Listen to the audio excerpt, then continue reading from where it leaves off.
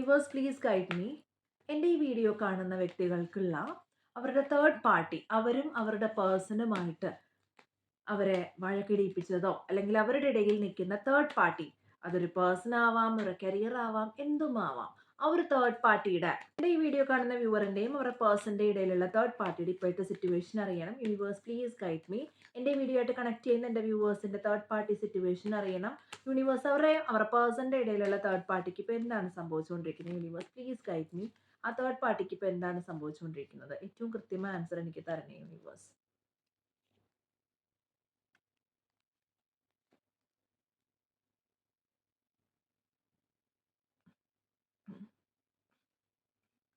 May be നിങ്ങളുമായിട്ട് connect ചെയ്തിരിക്കുന്ന third party എന്ന് പറയുന്ന ആ ഒരു വ്യക്തി ഒരു സ്ത്രീ ആയിരിക്കാം.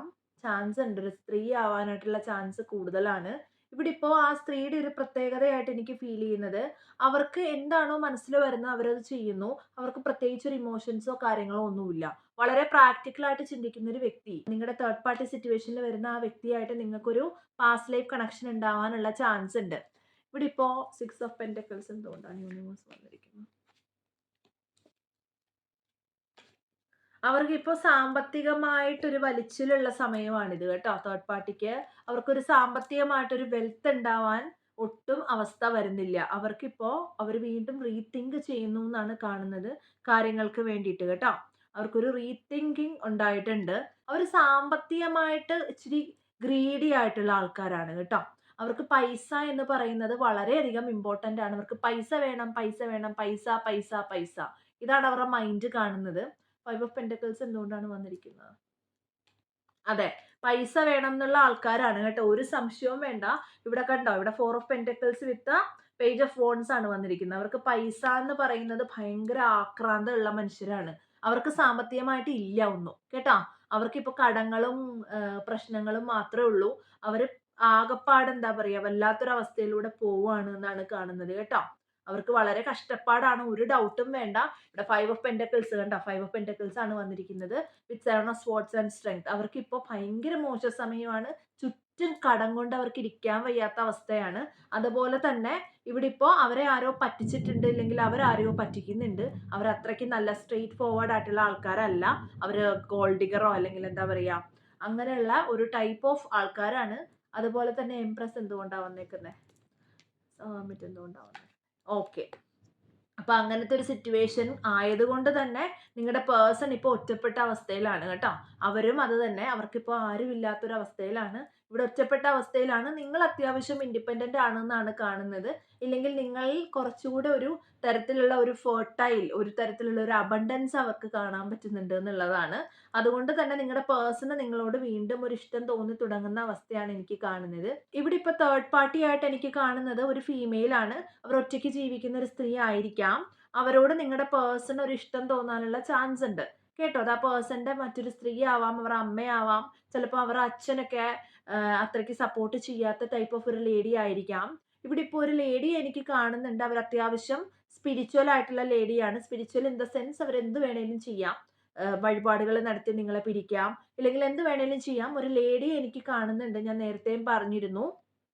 അവര് അമ്മയാണെന്നാണ് എനിക്ക് തോന്നുന്നത് കേട്ടോ. ഒരു ലേഡി എനിക്ക് കാണുന്നുണ്ട്, അത് അമ്മയാണെന്നാണ് എനിക്ക് ഫീൽ ചെയ്യുന്നത്.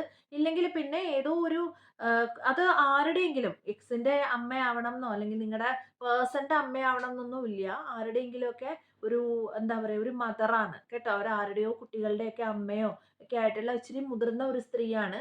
അങ്ങനെ ഒരു സ്ത്രീയോട് ഒരു ഇഷ്ടം തോന്നാൻ ചാൻസ് ഉണ്ട്. അത് അമ്മയാവാം, സിസ്റ്റർ ആവാം, ആരുമാകാം കേട്ടോ.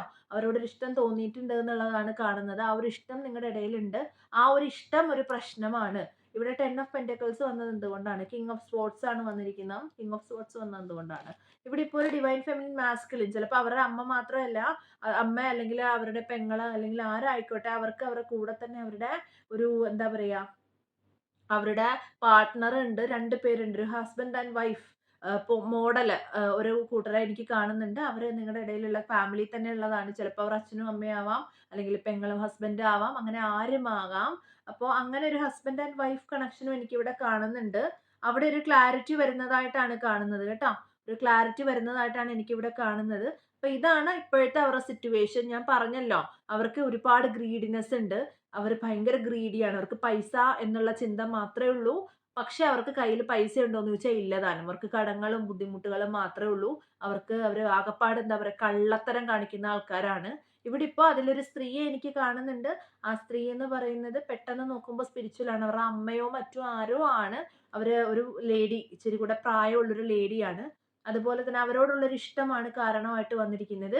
അതുപോലെ തന്നെ അവരുടെ ഫാമിലി തന്നെയുള്ള ഒരു മെയിൽ ആൻഡ് ഫീമെയിൽ എനിക്ക് കാണുന്നുണ്ട് കേട്ടോ. ഇതൊക്കെ അവരുടെ കണക്ഷൻ ആണ്. അവർക്ക് പാസ്റ്റ് ലൈഫ് കണക്ഷൻ നിങ്ങൾക്ക് ഉണ്ടാവാം. കാർമിക് സൈക്കിൾ ആവാൻ ചാൻസ് ഉണ്ട്. അപ്പോ ഇതൊക്കെയാണ് നിങ്ങളുടെ തേർഡ് പാർട്ടിയുടെ സിറ്റ്യുവേഷൻ. വീഡിയോ ഇഷ്ടപ്പെട്ടു എന്ന് വിചാരിക്കുന്നു.